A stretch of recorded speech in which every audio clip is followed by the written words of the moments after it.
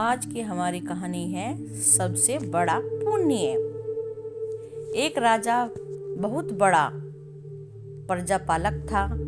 हमेशा प्रजा के हित में प्रयत्नशील रहता था। वह इतना कर्मठ था कि अपना सुख ऐशो आराम सब छोड़कर सारा समय जन कल्याण में ही लगा देता था। यहाँ तक कि जो मोक्ष का साधन है अर्थात भगवत भजन, उसके लिए वह समय नहीं निकाल पाता था। एक सुबह राजा जब वन की तरफ जा रहा था, उसे एक देव के दर्शन हुए। राजा ने देव को प्रणाम करते हुए उनका अभिनंदन किया और देव के हाथों में एक लंबी चौड़ी पुस्तक देखकर उनसे पूछा, महाराज आपके हाथ में क्या है? देव बोले, राजन यह हमारा बही खाता है जिसमें सभी भजन करने वालों के नाम हैं। राजा निराश युक्त भाव से कहा, कृपया देखिए इस किताब में कहीं मेरा नाम है या नहीं। देव महाराज किताब का पृष्ठ उलटने लगे, परंतु राजा का नाम कहीं नजर नहीं आया।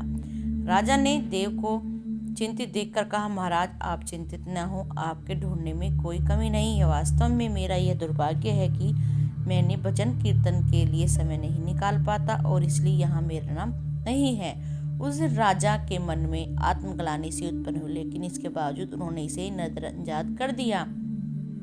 पुनः परोपकार भावना और दूसरों की सेवा में लग गए। कुछ दिन बाद राजा फिर सुबह वन की तरफ टहलने निकले तो उन्हें वहीं देव महाराज के दर्शन हुए। इस बार भी उनके हाथों में एक बड़ी सी पुस्तक थी। पुस्तक के रंग और आकार में बहुत भेद था, अलग थी और यह पहली वाली से काफी छोटी भी थी। राजा ने फिर उन्हें प्रणाम करके पूछा, महाराज आज कौन सा बही खाता आपके हाथों में लिए हुए हो?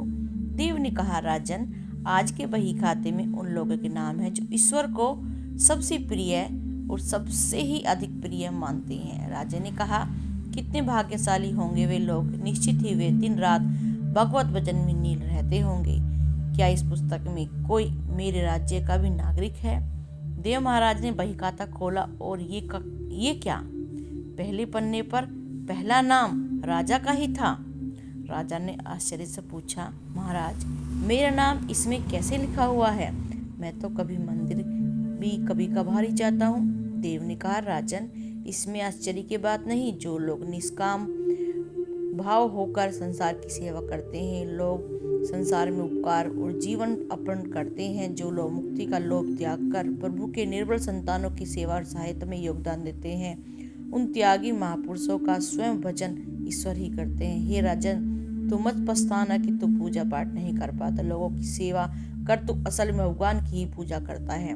परोपकार निस्वार्थ लोक सेवा किसी की उपासना से बढ़कर है। देव ने वेदों का उदाहरण देते हुए कहा, कुर्वन्ने कर्मणि जीव विचेनन समा एतांतु नत्यास्ति व्यक्रम लिपित नरे। अर्थात कर्म करते हुए 100 वर्ष जीने की इच्छा करो तो क्रमबंध में लिप्त हो जाओगे। राजन भगवान दीन दयालु हैं और उन्हें खुशामद नहीं भाती बल्कि आचरण भाता है। सच्ची भक्ति तो यही है कि परोपकार करो, दीन दुखियों का हित साधन करो, अनाथ विधवा किसान निर्जन अत्याचारी से सताए हुए को यथाशक्ति सहायता करो और उनकी प्रेम पूर्वक सेवा करो और यही तुम्हारी भक्ति है। राजा को देव के माध्यम से बहुत ही बड़ा ज्ञान मिल चुका था। अब राजा ही समझ चुका था परोपकार से बड़ा कुछ भी नहीं है और जो परोपकार करते हैं वही भगवान के सबसे प्रिय होते हैं। मित्रों, जो व्यक्ति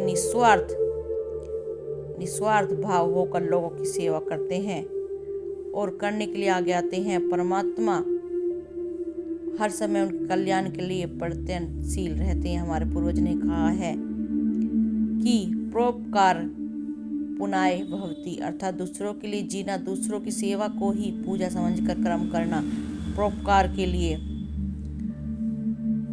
परोपकार ही है और परोपकार के लिए जीवन को सार्थक बनाना ही सबसे बड़ा पुण्य है। और जब आप भी ऐसा करोगे तो स्वयं ही आप ईश्वर के प्रिय भक्तों में शामिल हो जाएंगे। यदि हमारे आज की कहानी आपको कहानी पसंद आई हो तो एक बार इस पे पालन करना और ऐसे बनने की कोशिश करना। हर हर महादेव।